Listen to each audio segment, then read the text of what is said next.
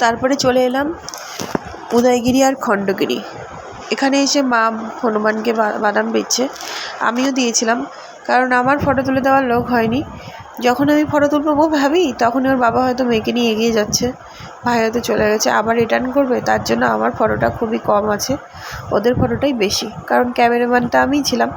দেখুন, উদয়গিরির এপার থেকে খণ্ডগিরি দেখা যায়, খণ্ডগিরির এপার থেকে উদয়গিরি দেখা যায়। উদয়গিরির এই মাথার উপর এরকম সুন্দর মন্দির আছে, কিন্তু খণ্ডগিরির মাথার উপরে কোনো মন্দির নেই। ওটা পাহাড় কেটে কেটে সুন্দর গুহা, বিভিন্ন রকম মানে সুন্দর একটা তৈরি করেছে। আর এটা হচ্ছে আদি, মানে সব থেকে পুরাতন, মানে সবার প্রথম এটাই, যেখানে এখানে বলল আগেকার দিনের পুরোহিতরাই মন্দিরে পুজো করতো আর এখানে থাকতো। 220টা সিঁড়ি বেয়ে উঠতে গিয়ে আমার এমনিই দম বেরিয়ে গেছে, তাই বললাম আমি আর ফটো তুলবো না, তোমাদের ইচ্ছা হয় তোমার তুলে দিচ্ছি। এবার থেকে উদয়গিরি থেকে খণ্ডগিরি দেখতে অসাধারণ লাগছিল, কিন্তু উদয়গিরি থেকে নেমে খণ্ডগিরি ওঠার পর আর মনে হচ্ছিল না ফোন বের করে ফটো তুলি। তখন মনে হচ্ছিল জীবনটা এখানেই বেরিয়ে যাবে, প্রচুর কষ্ট হচ্ছিল।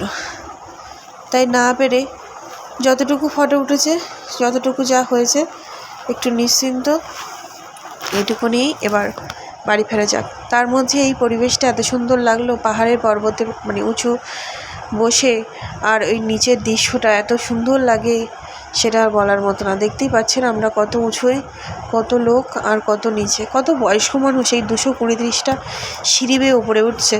সত্যি ভগবানের জোর বলে কিছু না, একটু আছেই।